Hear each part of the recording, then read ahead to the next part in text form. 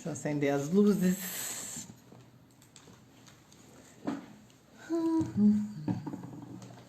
Oi, gente. Acendendo as luzinhas aqui para melhorar, né? Vamos lá.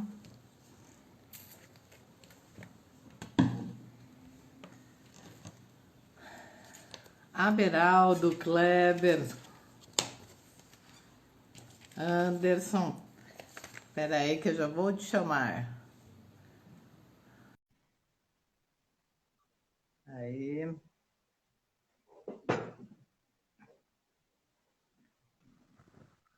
Aê, Carol! Ê! Boa tarde, Ale. Tudo bem? Oi, mulher. Tudo ótimo. Que prazer estar com você aqui hoje. Olha nós, né? Tá vendo? A gente sempre se desafiando nas ferramentas, É verdade, é verdade. E que difícil que foi orquestrar essas agendas, né? né? A gente é bem tranquila, quase não faz nada. É verdade. Eu tô vendo que já tem gente se conectando. Que delícia ver o Cariaque e a Paty por aqui. Um beijo, gente. Tá vendo? Você vai achar tão legal esse negócio que você vai começar a fazer todo dia.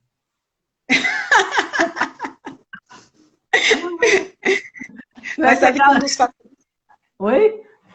Sabe que um dos fatores que eu estou bem preocupada durante essa quarentena é justamente a infoxicação, né? O quanto as pessoas estão sendo impactadas efetivamente com a quantidade de informação, de lives, de notícias, e muitas vezes isso não está centrado nelas, está mais centrado na pessoa que quer aparecer, que quer colocar a sua marca, e não necessariamente dar a elas algo de valor, né? E uma coisa que eu tenho percebido nas suas lives, e gostaria de deixar aqui o registro, é o quanto você tem se preocupado em trazer temas que colaborem para o crescimento pessoal da pessoa. Não é a Lê enquanto marca, mas sim a Lê marcando pessoas, e isso é sensacional.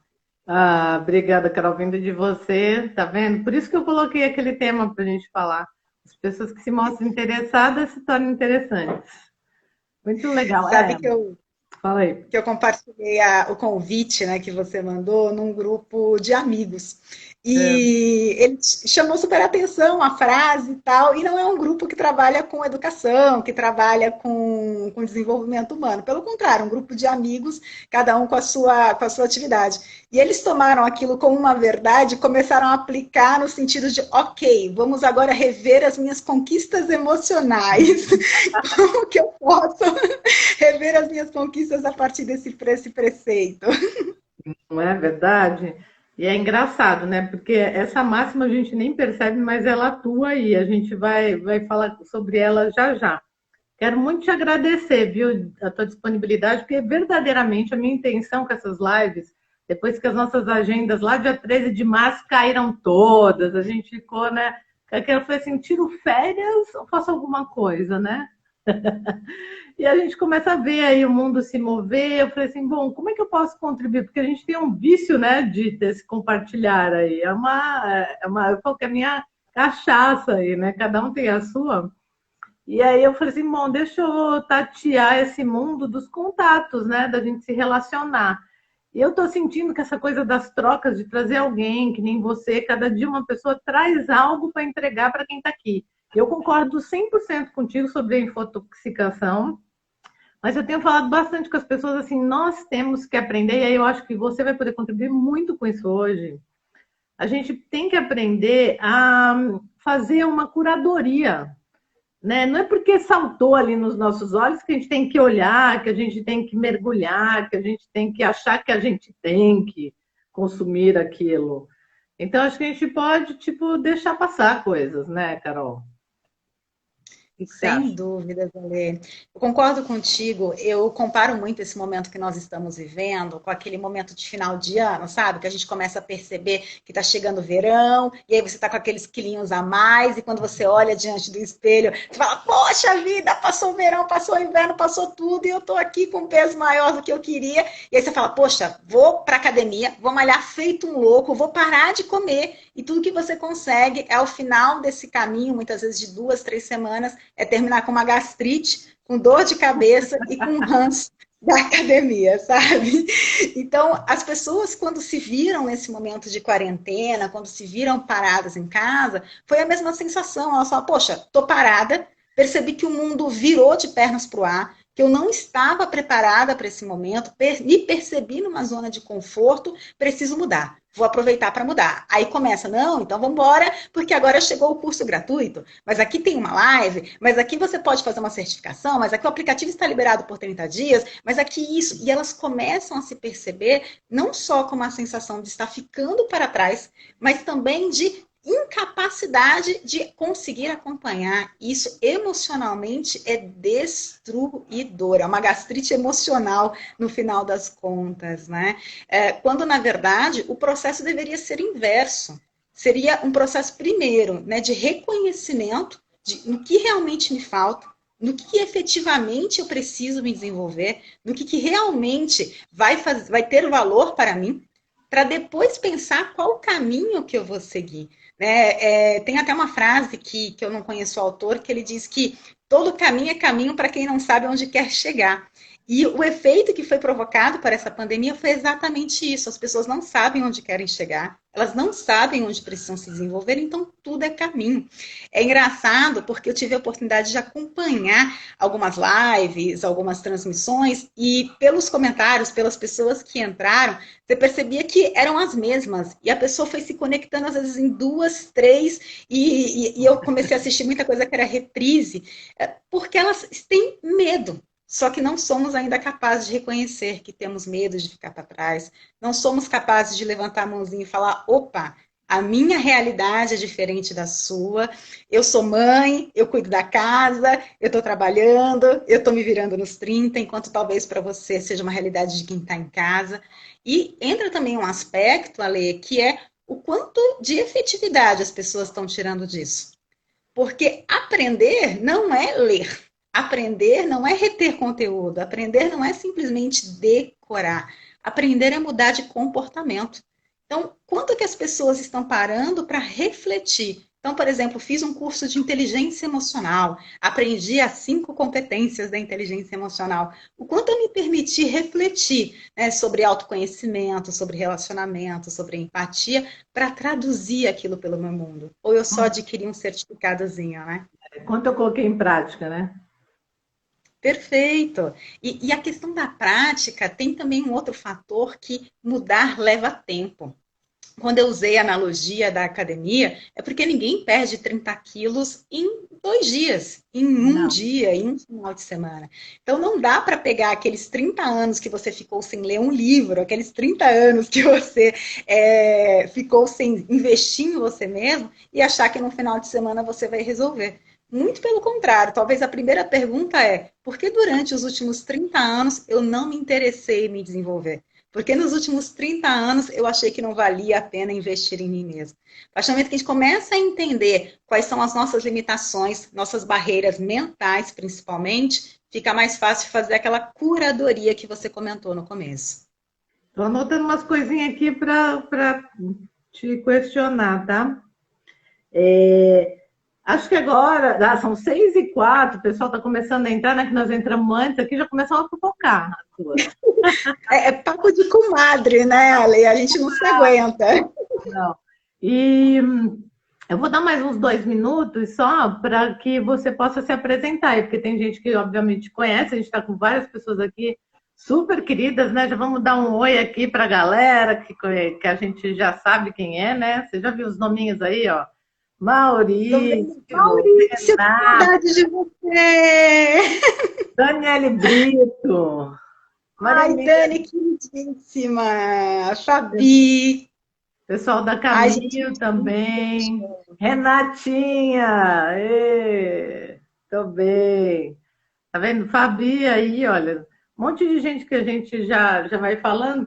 Eu acho o máximo esse recurso da gente poder manter os contatos vivos, né? Mesmo em tempo de pandemia, porque eu acho que uma das grandes questões, estava até falando hoje na clínica que eu tive, sobre essa questão, né? O grande medo que os pequenos negócios estão tendo de nunca mais o cliente lembrar dele.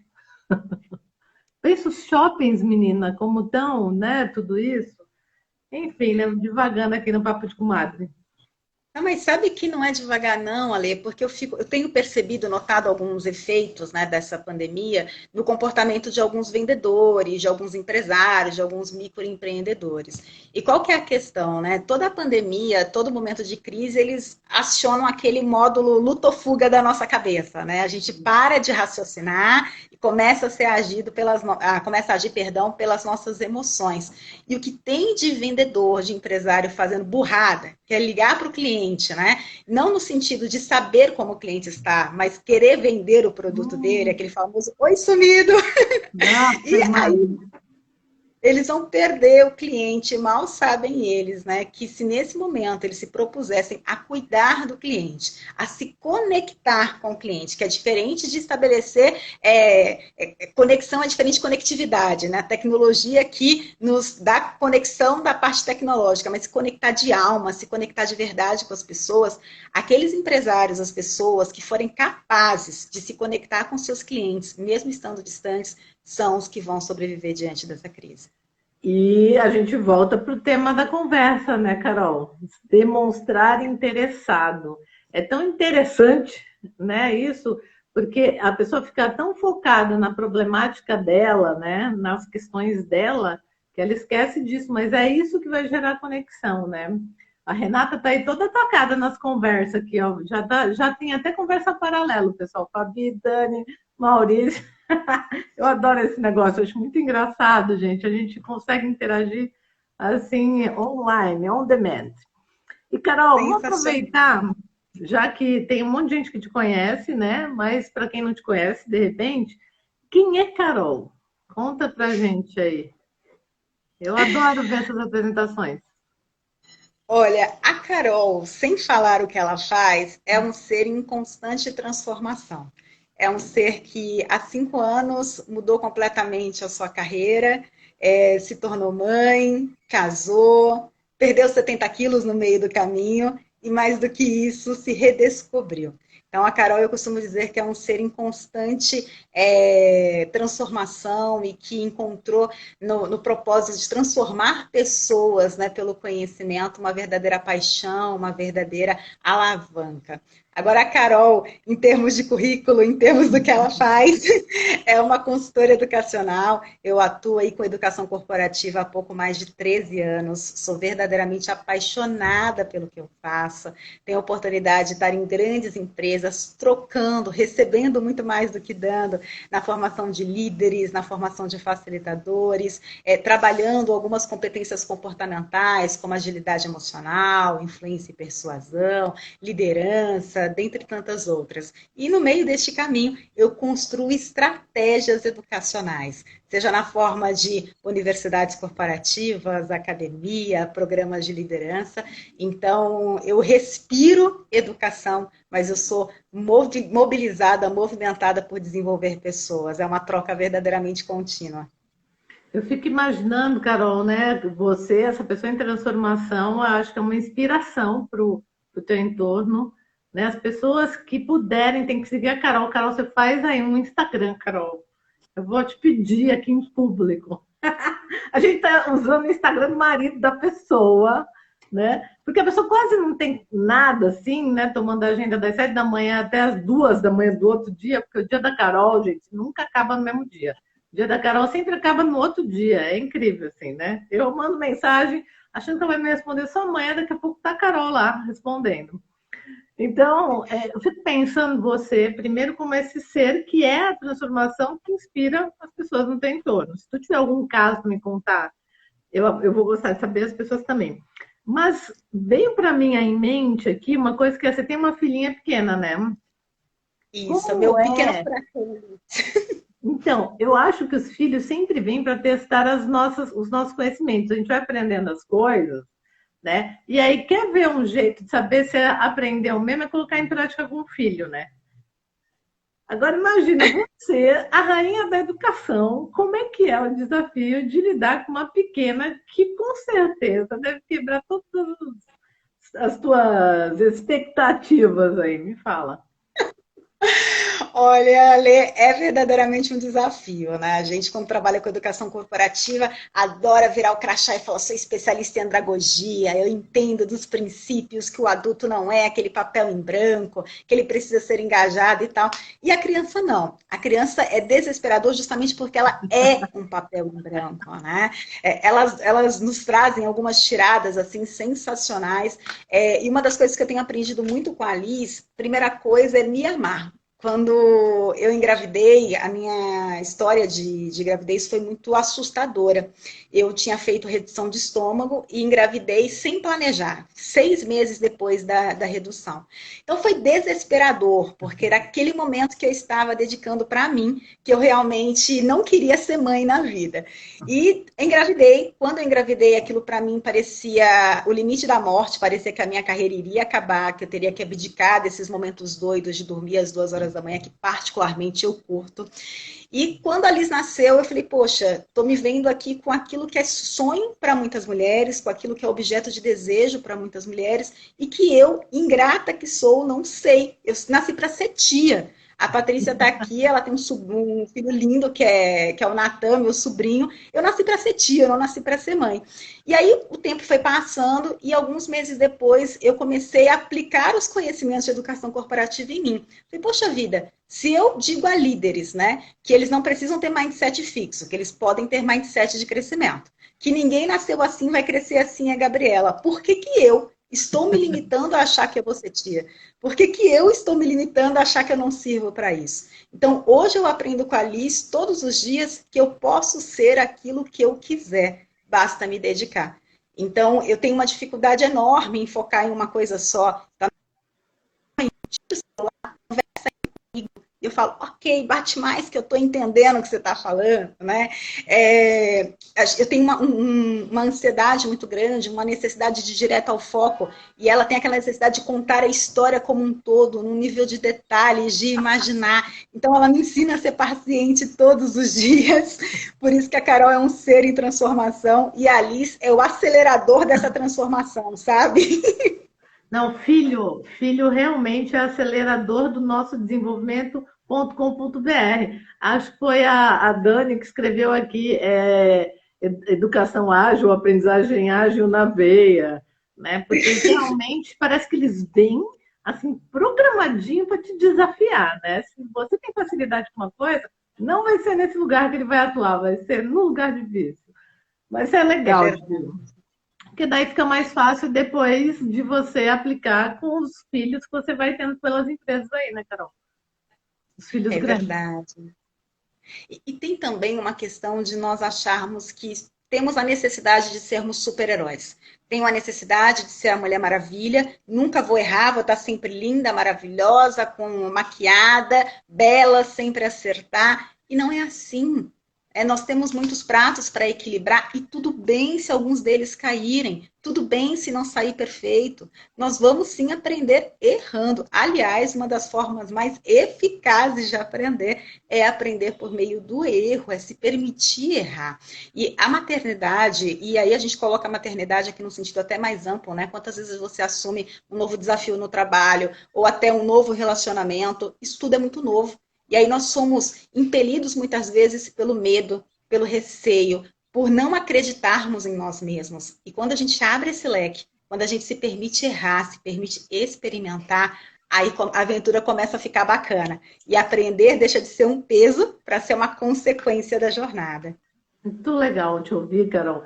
E me vem também aqui os homens, né? Eu quero fazer um parênteses que é pedir para as pessoas que estão aqui com a gente, que já ouviram um pouco do quanto a Carol tem para trazer, se quiserem fazer perguntas, vai colocando aqui que se de repente a gente não conseguir responder ou interagir com tudo que aparecer, a gente grava vídeos depois, posta e tudo mais.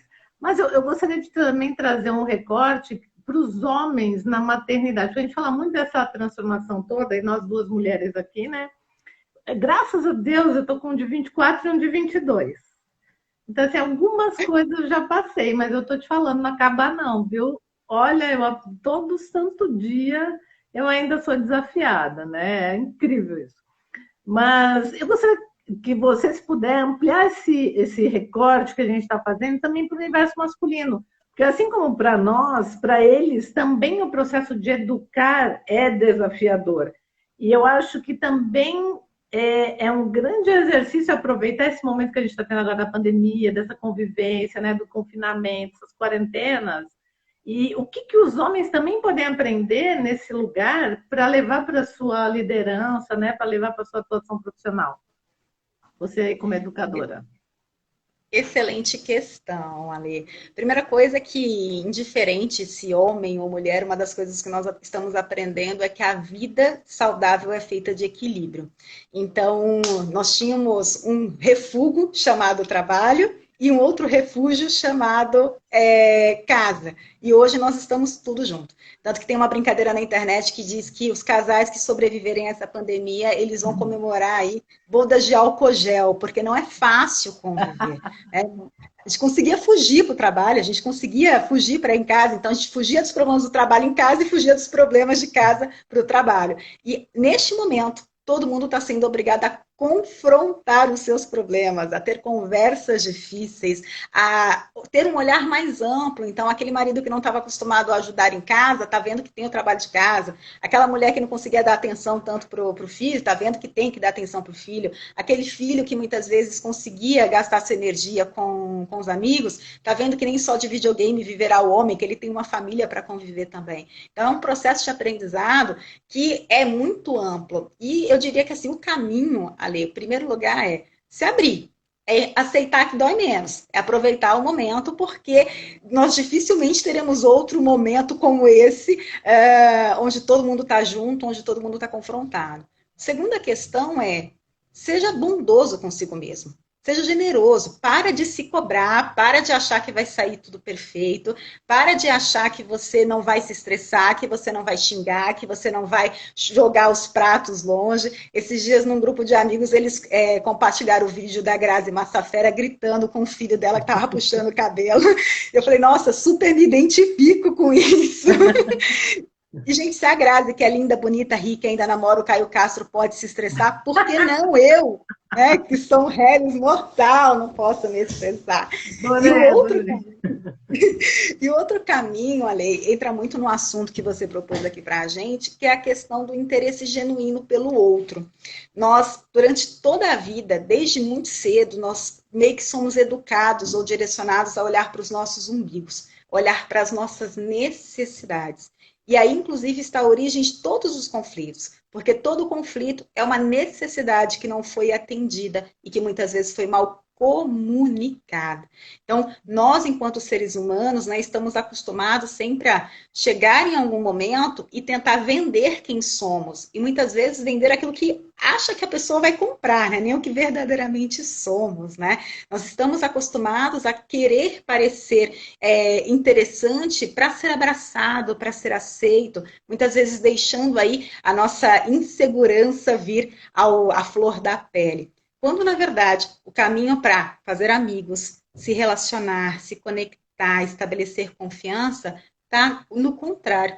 É no se interessar pelo outro, no escutar as histórias do outro, parar de falar, começar a escutar, e escutar genuinamente. Nós estamos muito conectados, né? Totalmente ali diante das telas, nós estamos o tempo inteiro recebendo informação, a infocicação que a gente comentou lá no início, porém, cadê a nossa humanidade? Cadê a nossa capacidade de escutar as pessoas, de estar junto das pessoas, de olhar nos olhos, de falar, de escutar enquanto o outro fala, sem interromper? Isso nós estamos perdendo ao longo do caminho, né? Eu brinquei contigo que num grupo de amigos eles começaram ali a discussão trazendo para os relacionamentos essa dificuldade, né? Do como que a gente poderia se mostrar interessado antes de se mostrar interessante. E eu queria trazer aqui 2 exemplos disso para vocês. Primeiro, de como a gente aplica isso na liderança. É bem provável que todos vocês já tenham tido aí líderes que marcaram as suas vidas e líderes que, na verdade, você gostaria de esquecer. E muito provavelmente os líderes nos quais você gostaria de esquecer são líderes carrascos, são líderes que pegavam no seu pé, são líderes que te perseguiam, são líderes que tinham um ego, que na sua visão era aquele ego inflamado, aquele ego que ia além. E muito provavelmente a sua leitura de mundo deste líder, ela veio justamente porque ele estava tentando parecer interessante para você. E aí, como você não comprou a ideia dele, você provavelmente já usou algumas palavras do tipo, meu santo não bate com o dele, não fui com a cara dessa pessoa, né? Exatamente. Quando, na verdade, o que você não se sentiu foi acolhido por ele, foi abraçado por ele, com alguém com realmente com interesse genuíno em você. Então, primeira dica aí para os homens que você pediu, ou para as mulheres que vão voltar para suas empresas aí e depois vão começar a se conectar, e mesmo agora no ambiente online, afinal, a distância é só uma ilusão, né? É só uma questão de meio, é que você se conecte com as pessoas verdadeiramente, que você as escute, que você entenda que o mapa de vida que você tem é diferente do mapa de vida da outra pessoa. Não é que se para você a quarentena está sendo fácil, não significa que para o outro está sendo tão fácil quanto. Então, é começar a querer olhar currículo, é começar a olhar mais história, é parar de colocar as pessoas em caixinhas, dizendo você tem que ser isso, você tem que se comportar dessa forma, e se interessar de verdade em aceitar a pessoa como ela é. É parar de se esforçar para criar um profissional que seja perfeito e começar a se esforçar para criar a sua melhor versão no que você pode melhorar hoje, né? E aí, trazendo isso para um outro exemplo, e aí mais voltado para a questão de relacionamentos, a discussão lá do grupo me fez lembrar muito de quando eu comecei a namorar, sabe? Eu fui apresentada por meu atual marido, por um casal de amigos, e eu tava louca para namorar, aliás, eu tava louca era para casar, eu tinha ali um foco muito claro, que eu precisava casar antes dos 30, então era uma coisa assim, que era uma meta de vida, sabe? E ele também, já tava passando da hora, já queria casar e tal, então a gente foi, se conheceu, e eu me lembro que nosso primeiro bate-papo parecia uma entrevista de emprego, porque eu fui perguntando tudo, ele foi perguntando tudo, e aí a gente começou a namorar. E quando a gente começa, seja a namorar, seja uma relação de trabalho, seja uma relação com o seu vendedor de carro, né?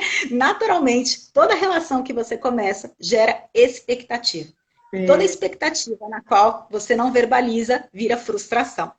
E aí o que aconteceu? Por naquele momento, tanto eu quanto ele estávamos mais preocupados em parecer interessantes, em parecer inteligentes, em parecer bem apessoados, nenhum dos dois se escutou. Nenhum dos dois deu abertura. E depois de 2 semanas, eis que eu mandei para ele uma mensagem, Ale Canuto, no WhatsApp, com 13 razões pelas quais eu estava terminando o relacionamento com ele. 13. Não tinha lançado ainda a série da Netflix das 13 razões, mas eu mandei para ele esse raio dessa mensagem. Hoje eu olho para trás e falo, como eu sou louca. Gente, olha esse ser humano, quem manda com 2 semanas uma lista de 13 razões, assim, muito didática, como educadora que sou, dizendo as razões pelas quais eu não namoraria com ele. E graças a Deus, ele printou e tem até hoje no OneDrive dele, que ali tá guardadinha. Eu acho que ele pode usar isso para ganhar dinheiro, menina. Ele pode vender isso para os homens. Ó. A gente tem um Anderson aqui querendo ser compreendido pelas mulheres. Pega aquela lista da Carol e faz o anti cada uma das 13 razões, entendeu? Mas sabe que o anti-lista acabou sendo uma conversa verdadeiramente interessada. No mesmo dia em que eu surtei, baixou o adolescente em mim, eu mandei a lista para ele com as razões, ele me chamou para comer uma pizza, eu gorda que sou, falei, vou nem que seja pela pizza, já vai valer a pena. E naquele momento ele só me fez uma pergunta, o que aconteceu? Que sábado estávamos tudo bem e no domingo tinha 13 razões pelas quais você não queria namorar comigo. E naquele momento eu fui eu. Então eu fui, abri meu coração, falei o que eu estava sentindo, quais eram as minhas expectativas, o que eu esperava naquilo. Ele também falou não mais sobre... ele perguntou de mim, ele se interessou por mim e ele deu abertura para que eu me interessasse por ele. Naquele momento, efetivamente, foi quando eu comecei a conhecer o meu marido e quando ele começou a conhecer a esposa dele. Foi no momento que a gente deixou de tentar parecer interessante para se mostrar interessado, que nós começamos a nos apaixonar. Por isso, não importa se você é líder, se você está começando um relacionamento ou se você quer vender algo, antes de ser interessante, seja verdadeiramente interessado pelo outro. Eu acho que você já respondeu a pergunta de várias pessoas, porque esse tema é danado, né, menina? Olha, tem várias pessoas falando como isso, como aquilo, por exemplo, o Marcinho aqui, né, que é divorciado, não queria ter filho, aí está namorando com uma pessoa que tem 2 filhas. O que ele pode fazer? Se demonstra interessado, né? Eu acho que essa é uma receita que ela é quase que um coringa, né? É bem interessante, viu? É Muito verdade, queria bem. mandar um beijo sim para Renata, a namorada dele. Eles que começaram toda a discussão lá no grupo em que eu estava. Ah, Eles são demais, demais, demais, demais. Inclusive, eu queria aproveitar o Márcio, que está aqui nos ouvindo, e usar o caso dele, porque ele fez de tudo para querer fazer um pedido de namoro, né, para a menina de um jeito assim bombástico, invadindo live de sertanejo, para poder aparecer, etc. e tal. E a menina, assim, com pressa de que aquilo acontecesse, porque ela já estava louca, ela estava ansiosa, e ele quase que num erro de leitura, tentando parecer interessante para ela, quase que perdeu. É que no final deu certo, né? Os amigos interferiram, ele conseguiu entender ali e administrar. Mas como muitas vezes a gente tentando fazer o perfeito, tentando ser o super interessante, acaba esquecendo de demonstrar verdadeiramente interesse pelas pessoas. a gente que trabalha aí com educação, com pessoas, com desenvolvimento, a gente percebe isso, né, Carol? Existe uma expectativa do entorno, e aí seja família, relacionamento, empresa, de que aquela pessoa sempre seja maravilhosa, perfeita, bem-humorada e tudo mais, né? E a gente está numa fase que o Trend Innovation e todas as novas metodologias aí solicitam que a gente arrisque, né? Que a gente fala de errar, que nem você falou agora há pouco, é o jeito mais rápido de aprender a errar. Então, errar mais rápido para a gente crescer mais rápido e tudo mais. Só que quando fica uma dicotomia, né? Entre o entorno que quer a nossa perfeição e essa coisa que tem que inovar, tem que ser diferente, tem que isso, tem que ser aquilo. E em 2019, principalmente, assim, trabalhando com um monte de líder e você também, eu tive uma sensação de que as pessoas não querem, tem uma dificuldade de só se apropriar do que elas têm de bom e administrar o que não está tão bom. Elas ficam tão concentradas em querer desenvolver o que é ruim, e elas gastam tanta energia com isso, que perde de se apropriar desse bom que dá força e alavanca mais rápido, né? Como é que você vê isso, Carol? Assim, pelo lado mais educacional que você sempre traz. Olha, o primeiro ponto aqui, ela vem de uma necessidade nossa de comparação, né? Nós estamos o tempo inteiro nos comparando com os outros e isso faz com que a nossa autoestima vá lá no espaço, porque a gente está sempre procurando no outro aquilo que nos falta. E isso passa a ser um grande ofensor para qualquer mudança, seja de comportamento, seja de inovação, porque a gente está sempre se comparando. Então, logo, nunca é bom o suficiente, né? O ponto que eu queria, ou o contraponto que eu queria trazer aqui é quantas pessoas efetivamente conseguem mudar pontos que são ultra negativos? E o quanto que essas pessoas ganham quando elas, na verdade, fortalecem os pontos que são ultra positivos, né? É tudo uma questão, até quando a gente olha lá para a PNL, para a programação neurolinguística, de ativação reticular. Quanto eu dou foco naquilo que é positivo, quanto eu dou foco naquilo que eu já tenho, quanto eu sou grato e passo a investir naquilo que eu já tenho, ao invés de ficar lamentando e também batendo cabeça naquilo que não é a minha praia. Às vezes a gente fala tanto de mudar pessoas, a gente, um peixe não vai voar. Assim como o urso, o peixe não vai voar, o peixe nasceu para ser peixe, a habilidade dele é de nadar. Então, não é melhor eu tornar um peixe mais ágil, trabalhando a atividade dele de nadar, do que ficar inventando que ele tem que voar? Né? A natureza nos ensina, e isso dentro do universo das empresas é uma grande verdade, sabe, Ale? Porque a gente faz PDI, a gente faz programa de desenvolvimento disso, faz programa de desenvolvimento daquilo, mas será que a gente já parou para perguntar para a pessoa que vai ser desenvolvida, primeiro, o que ela quer? Onde ela quer chegar? Segundo, se aquilo para ela faz sentido, porque se ela não se comprometer com o seu próprio aprendizado, ela não vai aprender. Sabe, nós muitas vezes queremos entregar treinamentos para pessoas, queremos entregar conteúdo como se fosse milagre, do tipo, toma aqui essa pílula, depois de 30 dias você vai ter adquirido o conhecimento. Não Sim. é isso. Aprender começa com compromisso com você mesmo de querer aprender. E E pra... isso é a grande... Pois não. Não, pode falar, termina aí. Isso é Não, grande. e eu só está com a questão da inovação, né? Quantas empresas hoje não estão implementando métodos ágeis, estão implementando mindset ágil, estão colocando tudo quanto é questão de teorias de inovação, mas será que essas empresas realmente querem inovar?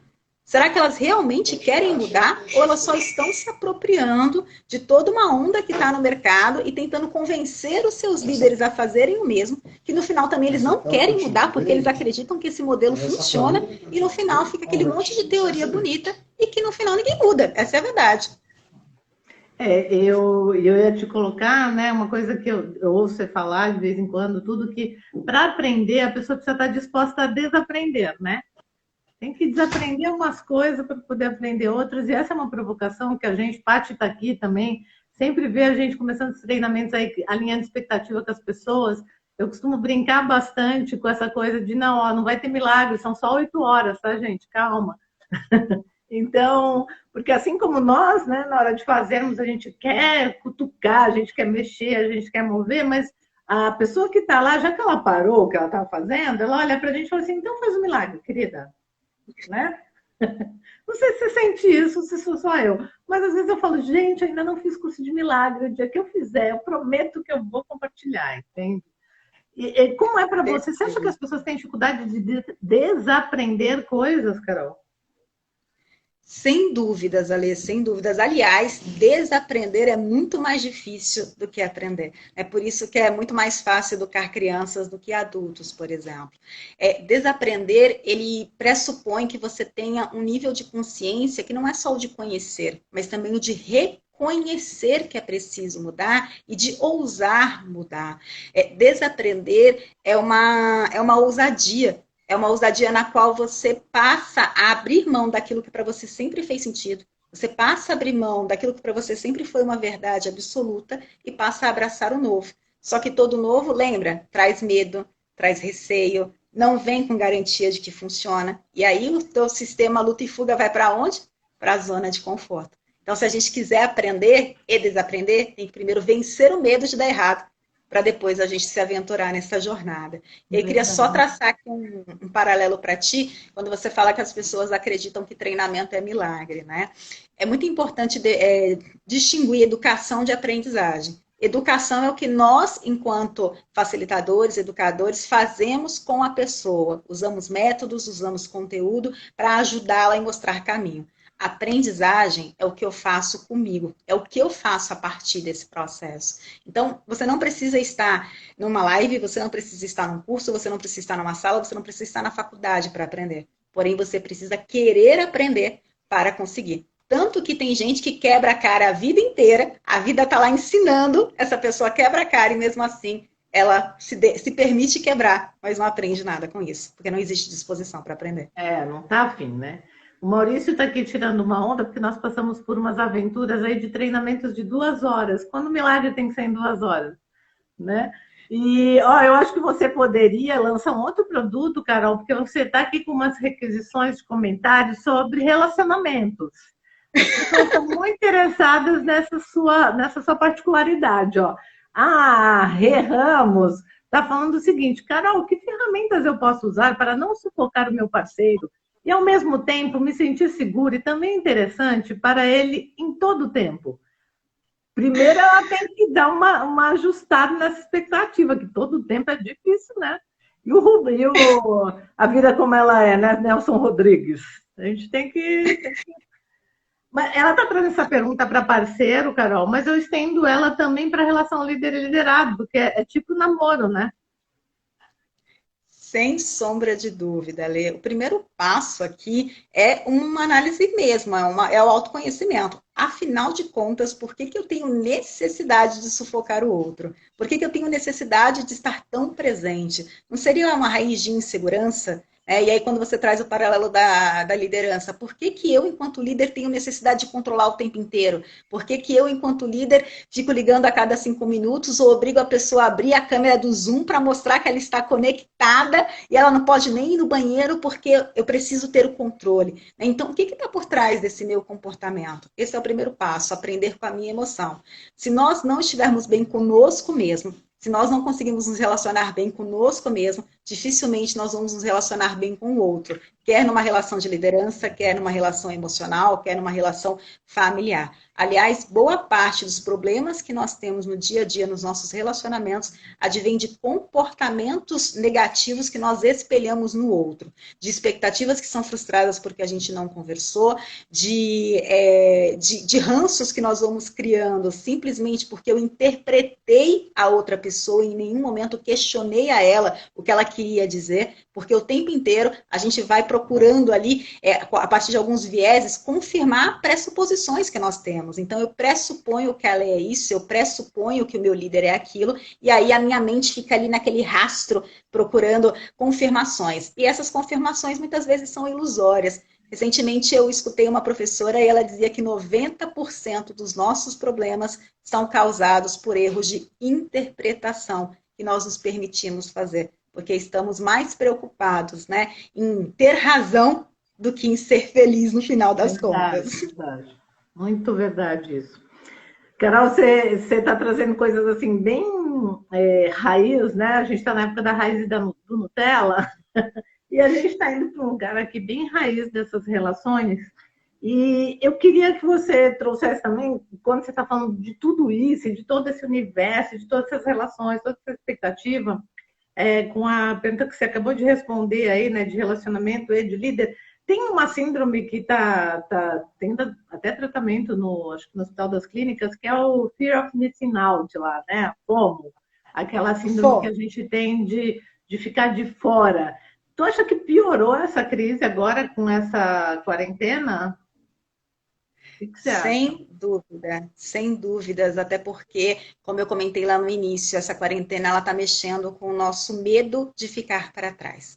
O nosso medo de não termos aí todas as informações e simplesmente ter um coleguinha que vai se sair à frente, né? Sobretudo quando a gente não está ali do lado, porque quando você está no ambiente de trabalho, já é fácil ficar controlando um pouco do que está acontecendo. Agora, quando está todo mundo distante, né, o que vai acontecer se eu voltar para a empresa depois de 3 meses e meu colega ter concluído 2 pós-graduação, ter lido 80 livros e eu a única coisa que fiz foi sobreviver, afinal eu estava com 5 filhos em casa, né? Então, de fato, isso piorou bastante. Porém, tem uma contraposição ao FOMO, que é o SOMO, que é a alegria, né, de não participar de tudo e estar bem com isso simplesmente porque aquilo no qual você participou, você se entregou por completo, você foi profundo, você foi curioso, você se permitiu viver aquele momento, muito mais do que simplesmente participar daquele momento. Então, que a gente tenha muito mais SOMO de estar junto, de participar com verdade, com interesse e integridade de coração, do que simplesmente estarmos aí com a quantidade, mas não termos qualidade. Muito bom, Carol. Ó, a gente já está quase 40 minutos. Não, acho que a gente já passou de 40 minutos. A gente começaram mais 5 para as 6. Mas eu quero aproveitar isso que você está trazendo, né? De escolher o que você quer e mergulhar nisso e te perguntar. Até a Paty tinha escrito aí no começo, eu quero saber mais de curadoria. Você é meu curador incrível, né? Eu falo porque você olha tudo e consegue pensar as coisas. O que você acha, para quem está aqui agora, que seria interessante de indicação? Por exemplo, um livro, ou uma série, ou um curso online, coisa que chegou para você e que você fala, nossa, olha, isso aqui eu acho que é legal falar, que quem sabe se fizer sentido para quem está ouvindo, pode fazer a diferença. Como curadora agora aí de conteúdo. Olha, eu acho que o primeiro passo aqui, Ale, seria definir quem são seus curadores, no sentido de quem são as pessoas que te inspiram, quem são as pessoas que podem te trazer conteúdos que são relevantes, e nesse sentido já começar um filtro por aí, né?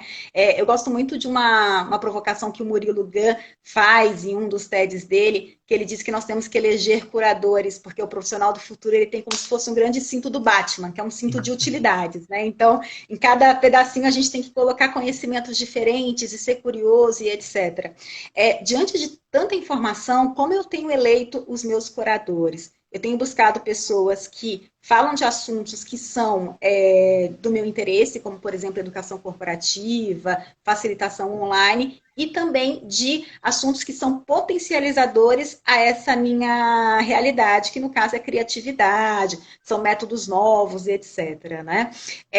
E também uma outra coisa é não ter medo de dizer não. Se você vê, por exemplo, que a live está chata, desliga, vai fazer outra coisa. Se Pelo você vê amor que de o curso Deus. não está legal, abandona, não tem essa de, não é aquela coisa de criança, né? Tá no prato, tem que comer até o final. Não, se não tá bacana, experimenta outra coisa e começa a encontrar também, né? Qual é o melhor formato para ti? Às vezes você curte uma live, às vezes você curte um curso de 40 horas, às vezes você não curte nenhum curso nem outro, você gosta de assistir uma série, né?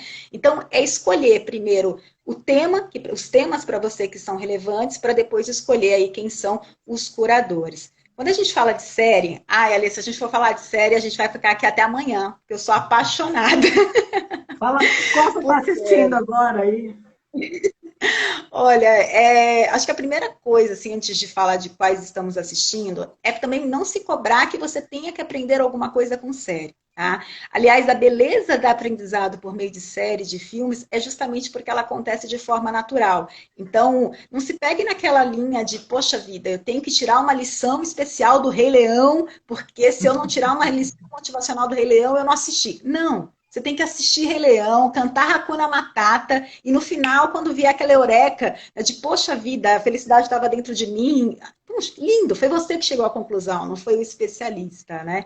Mas pensando aí em séries que eu indicaria. Primeira delas, para tudo e vai assistir La Casa de Papel, porque a série é fantástica.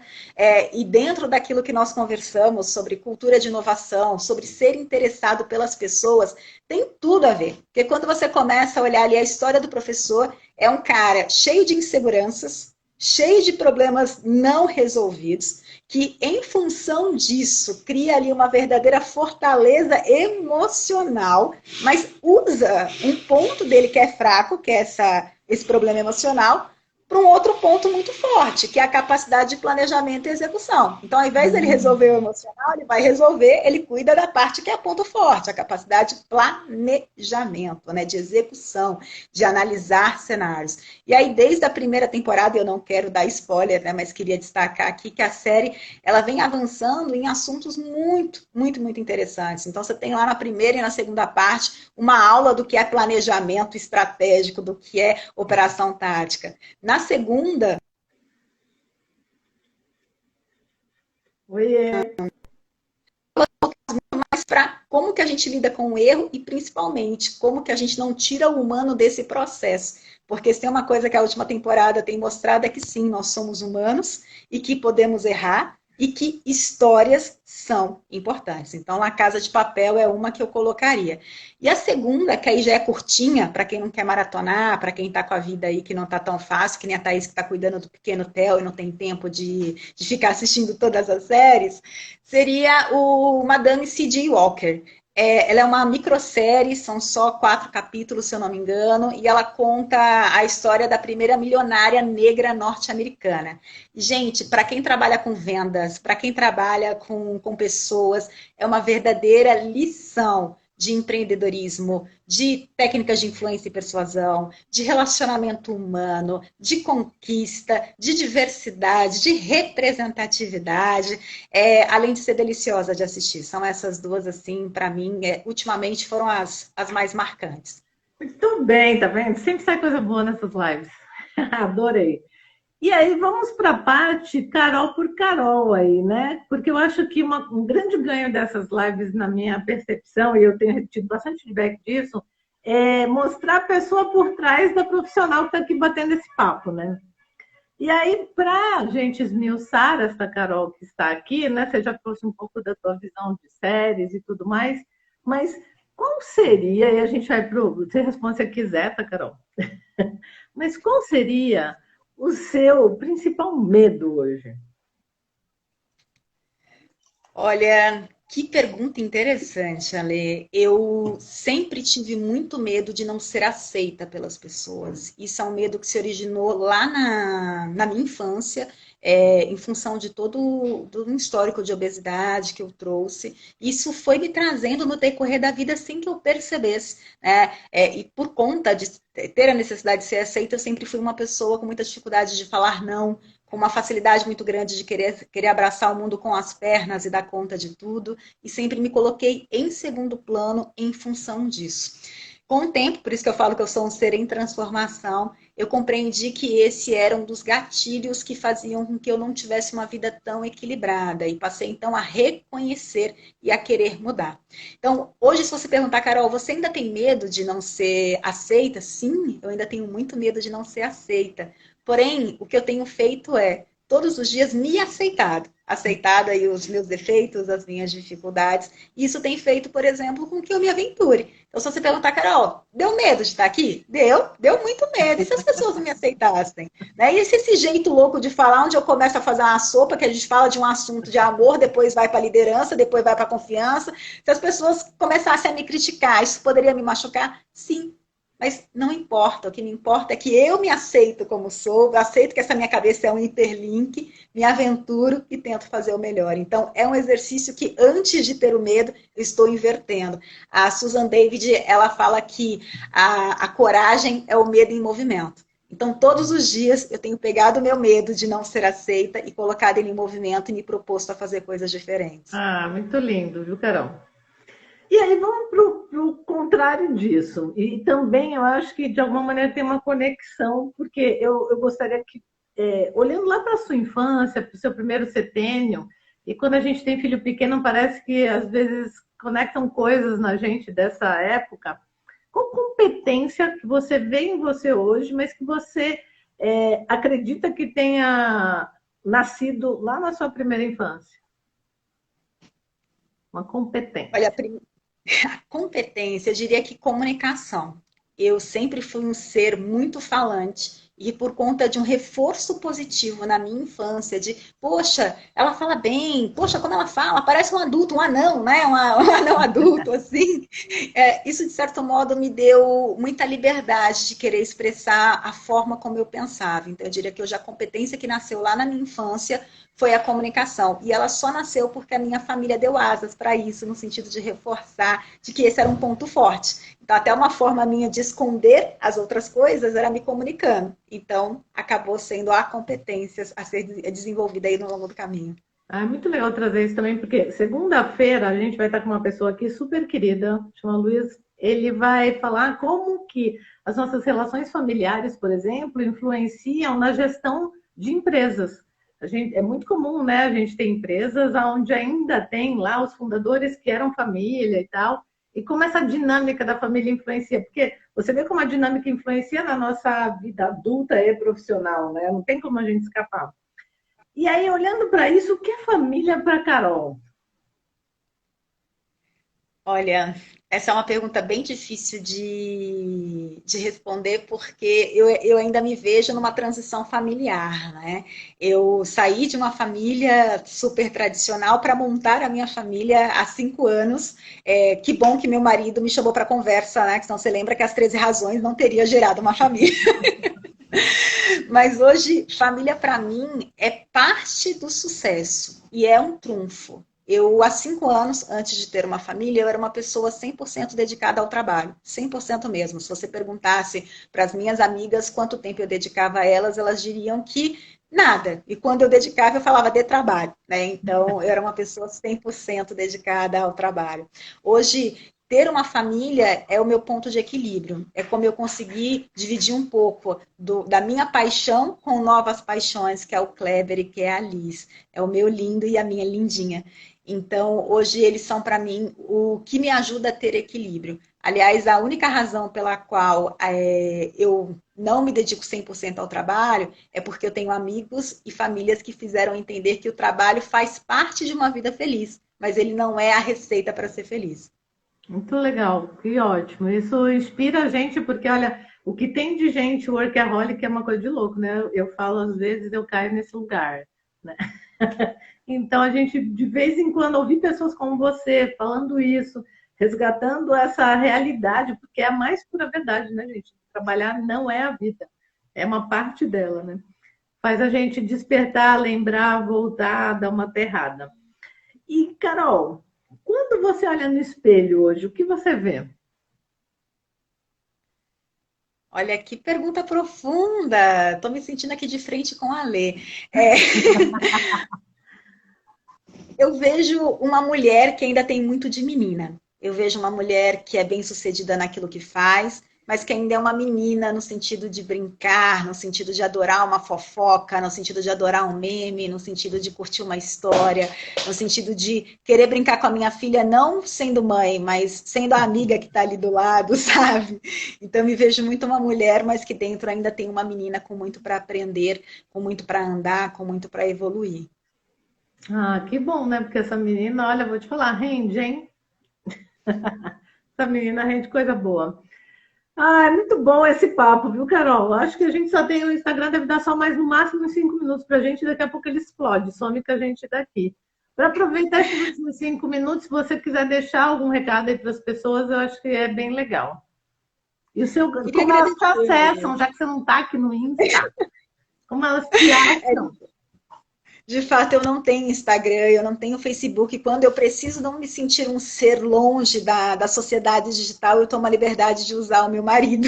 Então, eu uso o Facebook dele, uso o Instagram dele, Mas mas você eu tem prometo, pelo menos o LinkedIn. Instagram eu faço. LinkedIn eu tenho, até porque mas lá onde eu estabeleço alguns networks, né, profissionais, então lá no LinkedIn eu tô como Ana Caroline Olinda, é só colar lá, que de vez em quando a gente compartilha coisas muito bacanas.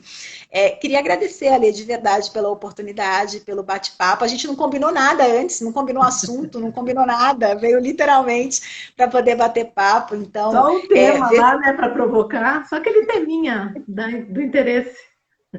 exato. Então, assim, queria agradecer. Eu vi que tem várias pessoas extremamente queridas aqui, o pessoal da HSM. Gente, a HSM é quase uma família, é muito mais do que um parceiro. Então, é bom demais ter vocês aqui.